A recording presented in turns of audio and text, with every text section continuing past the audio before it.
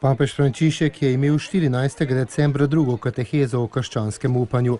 Ponovno se je oprl na besede preroka Izaije, ki nam, kot je dejal, pomaga odpreti se za upanje in sprejeti veselo vest o prihodu odrešenja. Bog prihaja, da bi nam prinesel svobodo in tolažbo.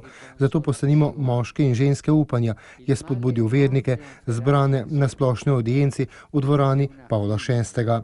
Zatrdil je, da nam Izajijeve besede govorijo o čudežu miru in to na zelo poseben način.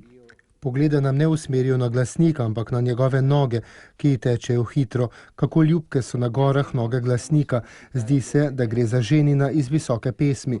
Glej ga, prihaja, skače čez gore, preskakuje griče. Enako prihaja tudi glasnik miru, ko prinaša veselo vest osvoboditve in odrešenja, ko oznanja, da Bog kraljuje.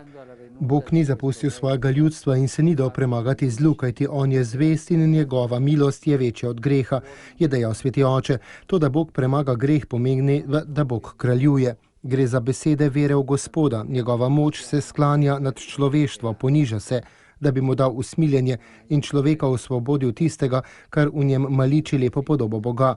Ko smo v grehu, je namreč ta lepa Božja podoba popačena. Izpolnitev te ogromne ljubezni bo ravno kraljestvo, ki ga je vzpostavil Jezus. To je kraljestvo odpuščanja in miru, ki ga obhajamo z božičem in ki se dokončno uresničuje v veliki noči. Papež Frančišek je dodal, da je najlepše veselje božiča veselje notranjega miru. Gospod je odstranil moje grehe, odpustil mi je, usmilil se me je, prišel me je rešiti. To je veselje božiča. Nel presepio a Betlemme.